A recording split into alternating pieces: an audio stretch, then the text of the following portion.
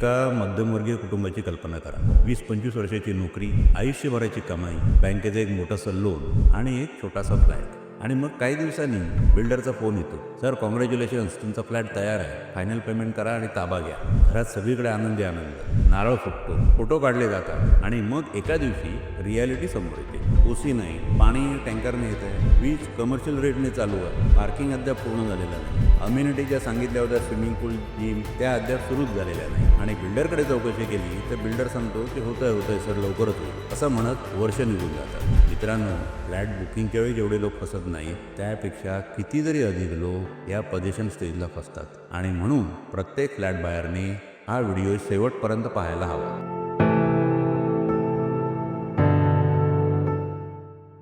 नमस्कार, मी डॉक्टर वसंत प्रभू, महारेराचा माजी सेक्रेटरी. आज आपण पोझिशन घेताना असणारे लीगल आणि प्रॅक्टिकल ट्रॅप समजून घेणार आहोत. उदाहरणार्थ, ओसी म्हणजे काय, ओसी नसताना पोझिशन घ्यावं का, कधी कधी बिल्डर पार्ट ओसी घेतो आणि आपल्यावर प्रेशर करतो, कमर्शियल इलेक्ट्रिसिटी, टँकरचं वॉटर, ही बाब काय आहे, आणि शेवटी ओसी सगळं पेमेंट केलं, ओसी मिळाली तरी पोझिशन मिळत नसेल तर काय करावं. म्हणून ग्राहकांचा पहिला प्रश्न घेऊया की सीसी आणि ओसी म्हणजे काय. आता अनेकांना असं वाटतं की बिल्डरने आपल्या आता चाव्या दिल्या फ्लॅटच्या म्हणजे पोझिशन पूर्ण झालं, पण तसं नाहीये. सीसी म्हणजे कमेन्समेंट सर्टिफिकेट. म्हणजे प्लॅनिंग ऑथॉरिटी बिल्डरला त्याचे प्लॅन बघून, त्याचा FSI बघून, सगळं चेक करून त्याला सीसी देते, म्हणजे त्याला कमेन्समेंट सर्टिफिकेट बांधण्याची परवानगी देते. ही कधी कधी एकदम मिळते किंवा कधी कधी मोठ्या बिल्डिंग असल्या तर टप्प्याटप्प्याने मिळते. आणि हे सगळं काम त्यांनी त्या प्लॅन प्रमाणे त्याला दिलेल्या परवानगीनुसार पूर्ण केल्यानंतर त्याला ओसी मिळते, ऑक्युपन्सी सर्टिफिकेट. ऑक्युपन्सी सर्टिफिकेट म्हणजे ही बिल्डिंग आता लिगली हॅबिटेबल झाली आहे, राहण्यास सक्षम झालेली आहे, याचा हा कागदोपत्री पुरावा.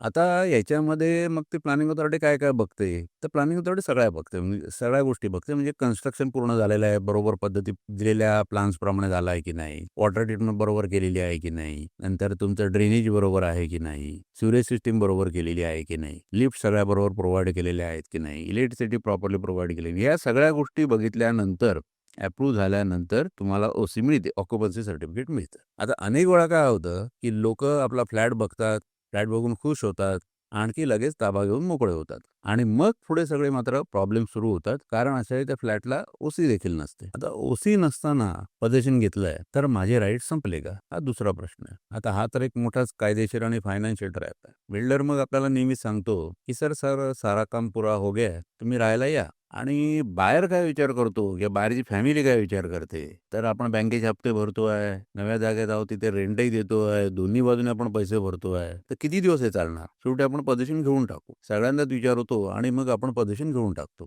अर्थात पोझिशन घेताना आपण पूर्ण फायनल पेमेंटही करून टाकतो, आणि मग आपल्याला अडचणी जाणवतात की पाणी जे आहे ते टँकरने येत आहे किंवा एखादं ह्युमॅनिटी कनेक्शन दिलेलं असतं त्याच्यातनं येत आहे, त्याचं बिल जास्त असतं. इलेक्ट्रिसिटी आहे ती सुद्धा अशीच कमर्शियल ह्याच्यावर किंवा कन्स्ट्रक्शन पर्पजसाठी दिलेली होती, ती इलेक्ट्रिसिटीमधनं सगळ्यांचे मीटर आहेत, स्वतंत्र मीटर नाही आहे, त्याचे चार्जेस जास्त आहेत. मुख्य म्हणजे कॉर्पोरेशनचा प्रॉपर्टी टॅक्स हा सुद्धा त्यावेळी खूप जास्त असतो, कारण अद्यापपर्यंत ते बिल्डिंगचं काम पूर्ण झालेलं नाही आहे, ओसी मिळालेले नाही आहे, त्यामुळे तो चार्जेसही जास्त असतात. आणि मग या सगळ्या ट्रॅपमधून आपण विचार करायला लागतो की मग आता आपण करायचं काय. आता यावेळी जर तुम्ही या साऱ्या गोष्टीसाठी काही तक्रार केलेली असेल किंवा बिल्डरला जरी ईमेल लिहिलेले असतील की अम्युनिटी नाही आहेत किंवा या गोष्टी नाही आहेत, तर या गोष्टी तू प्रोव्हाइड कर म्हणून, तर तुमची बाजू थोडी भक्कम असू शकते, अदरवाईज तुमची बाजू कमकुवत होते. आणि म्हणून या साऱ्या गोष्टी जेव्हा पोझिशन तुम्ही घेता तेव्हा या गोष्टी चेक करायला हव्या, तर यासाठी ओसी आहे की नाही बघायला हवी, ती यासाठी. निदान ते नसताना जर तुम्ही पोझिशन घेतला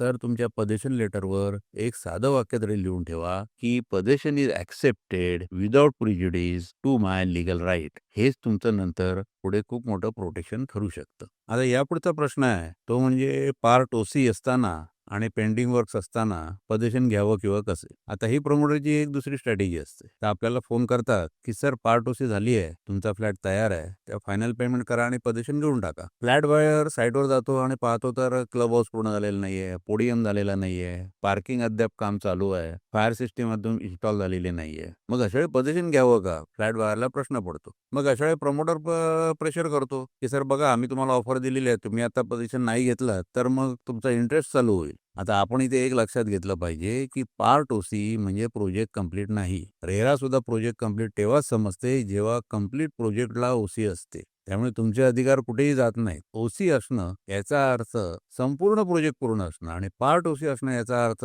काही ठराविक पार्टला, काही विंगला म्हणा किंवा काही फ्लोअरला म्हणा काम पूर्ण झालेलं असेल तर तेवढ्यापुरती परवानगी त्यांनी दिलेली असते. परंतु इतर सगळ्या अम्युनिटीज असतील तुमच्या इतर सर्व गोष्टी त्या अपूर्ण असतात म्हणून पूर्ण ओसी मिळालेली नसते. हे ग्राहकाने लक्षात घेतलं पाहिजे. त्यामुळे जेव्हा आपण पार्ट ओसी असते तेव्हा आपण हे बघितलं पाहिजे की काही मायनॉर वर्क्स आहेत का? म्हणजे काही डेकोरेटिव्ह फीचर्स आहेत किंवा कुठेतरी पेंटिंग टचअप राहिलेला आहे किंवा काहीतरी गार्डनिंगचे विषय आहेत. असं काम इन्कम्प्लीट आहे. परंतु जर तुमचे जे इसेन्शियल पॉइंट्स आहेत म्हणजे फायर सिस्टम इन्स्टॉल असणं, लिफ्ट प्रॉपरली इन्स्टॉल असणं, वॉटर कनेक्शन, इलेक्ट्रिसिटी, ड्रेनेज हे इश्यू व्यवस्थित पूर्ण आहेत की नाही हे बघणं महत्त्वाचं आहे. कारण हे मेजर इश्यू आहेत. तुमच्या डे टू डे लाईफमधले इश्यू आहेत. त्याच्यामुळे तुम्हाला खूप त्रास होऊ शकतो. म्हणजे हे इश्यू आहे की नाही बघणं आवश्यक असतं. म्हणून पार्ट जेव्हा त्याला ऑक्युपन्सी मिळालेली असते तेव्हा बिल्डरला तुम्ही हे सांगितलं पाहिजे की मला पार्ट ओसीची कॉपी मिळाली पाहिजे. त्याच्यामध्ये कोणत्या गोष्टींसाठी परवानगी दिलेली आहे, अकाउंट सर्टिफिकेट दिलेलं आहे ते प्रॉपर बघितलं पाहिजे. कुठच्या गोष्टी इन्कम्प्लीट आहेत त्याची यादी पण प्रमोटरकडनं घेतली पाहिजे. एवढंच नाही तर त्या गोष्टी तो पूर्ण करून कधी देणार आहे याची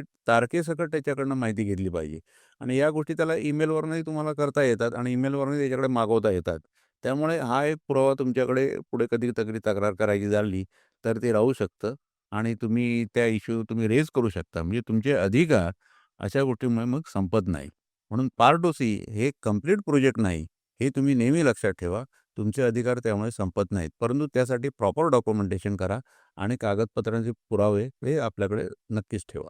आता याच्या पुढचा प्रश्न आहे तो म्हणजे मेंटेनन्स चार्जेस, इलेक्ट्रिसिटी चार्जेस किंवा वॉटर चार्जेस याचं जे हिडन बर्डन आहे. आता ओसी जरी प्रमोटरला मिळालेली नसली, तरी लोकं राहायला गेलेले असतात. त्यामुळे मेंटेनन्स चालू राहतो, इलेक्ट्रिसिटी चालू राहते, त्याच्यानंतर टँकरचं वॉटर चालू राहतं आणि हे सगळे चार्जेस चालू असतात आणि हे थोडे एक्झॉर्बिटंट असतात. त्यामुळे जर तुम्ही त्याला विचारायला गेलं तर तो तुम्हाला सांगतो की हे सगळं तुम्ही वापरताय त्यामुळे तुम्हाला हे भरावे लागतील. आता कोर्ट देखील याच्यामध्ये अनेक वेळा बॅलन्स भूमिका घेतात. म्हणजे कसं आहे की इलेक्ट्रिसिटी तुम्ही वापरताय, त्याच्यानंतर पाणी पण तुम्ही वापरताय, तेव्हा काही ऑपरेशनल एक्सपेन्सेस जे आहेत ते तुम्हाला द्यावे लागतील. परंतु कोर्ट हेही म्हणतं की ओसी नसल्यामुळे जे ॲडिशनल बर्डन येत आहे ते मात्र ग्राहकांवर टाकून चालणार नाही. म्हणजे उदाहरणार्थ तुम्ही टँकरने वॉटर मागवताय किंवा कमर्शियल इलेक्ट्रिसिटी आहे किंवा काही पिनल चार्जेस आहे किंवा काही प्रॉपर्टी चार्जेस डबल झालेले आहे. तर याचं सगळं बर्डन तुम्हाला याच्यावर टाकता येणार नाही. आणि म्हणून काय करावं लागतं की ज्यावेळी तुम्ही पेमेंट करता तेव्हा ब्लाइंडली पेमेंट करू नका. हे पेमेंट करताना तुम्ही हा डिफरन्स बघितला पाहिजे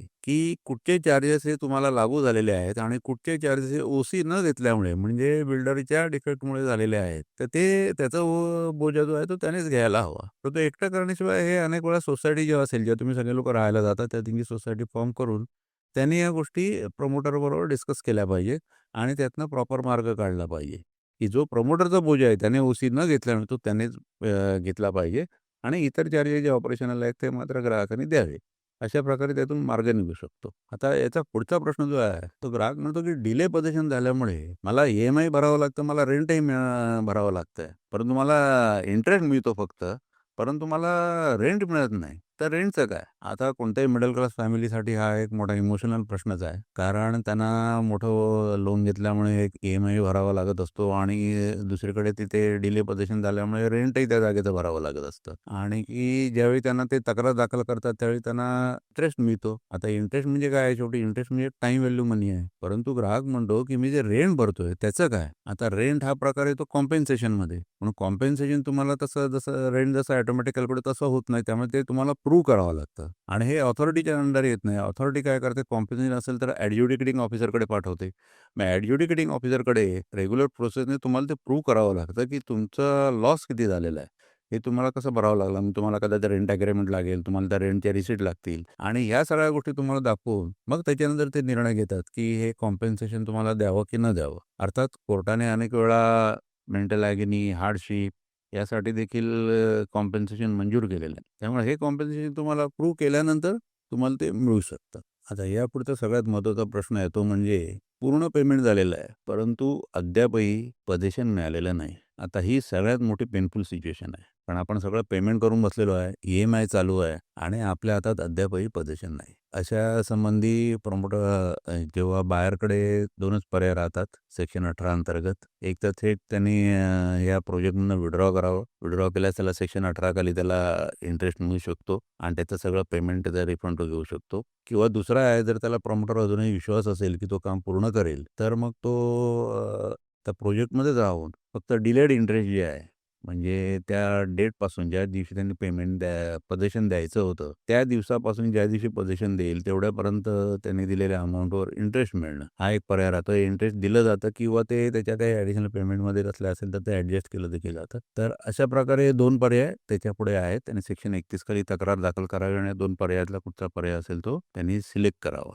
परंतु असं होतं की बरीच वर्षे यामध्ये जातात, तेव्हा ग्राहकांनी कधी जास्त वेळ वाट बघू नये. पण अशा वेळी मग काय होतं की जर प्रमोटर कधी-कधी खरोखरच जर इन्सॉल्व्हंट झाला किंवा एन-सी-एल-टीकडे केस गेली, तर मग मात्र ते फार कठीण गोष्ट होते आणि पूर्ण पेमेंट देखील मिळत नाही. अनेक वेळा ते इन्सॉल्व्हन्सीमध्ये मग हेअर कट फार तर मिळतो. त्यामुळे अशा तक्रारी असतील, जर आपल्याला वाटत असेल की हे होणार नाहीये, तर लगेच तक्रार दाखल करावी, जेणेकरून जी अमाउंट वगैरे आहे ती आपल्याला लवकरात लवकर मिळू शकेल. तेव्हा मित्रांनो, पोझिशन घेणं म्हणजे नुसतं चावी घेणं नाही, तुमच्या आयुष्यातल्या इन्व्हेस्टमेंटचा एक महत्त्वाचा टप्पा आहे. या पोझिशन स्टेजला तुमची एखादी चुकीची सही पुढे तुम्हाला 20 वर्ष त्रासदायक ठरू शकते. त्यामुळे काय कराल, तर कधीही प्रेशरमध्ये येऊ नका. डॉक्युमेंट व्यवस्थित वाचा, रिटर्न रेकॉर्ड नीट ठेवा आणि तुमचे लीगल राईट हे समजून घ्या. आता आपण या पुढच्या व्हिडिओमध्ये मात्र पाहणार आहोत, कार्पेट एरियाचे डिस्प्यूट्स कसे असतात, लीकेज आणि डिफेक्ट्स याविषयी काय असतात गोष्टी. त्याच्यानंतर सर्वात महत्त्वाचं म्हणजे सेफ पोझिशन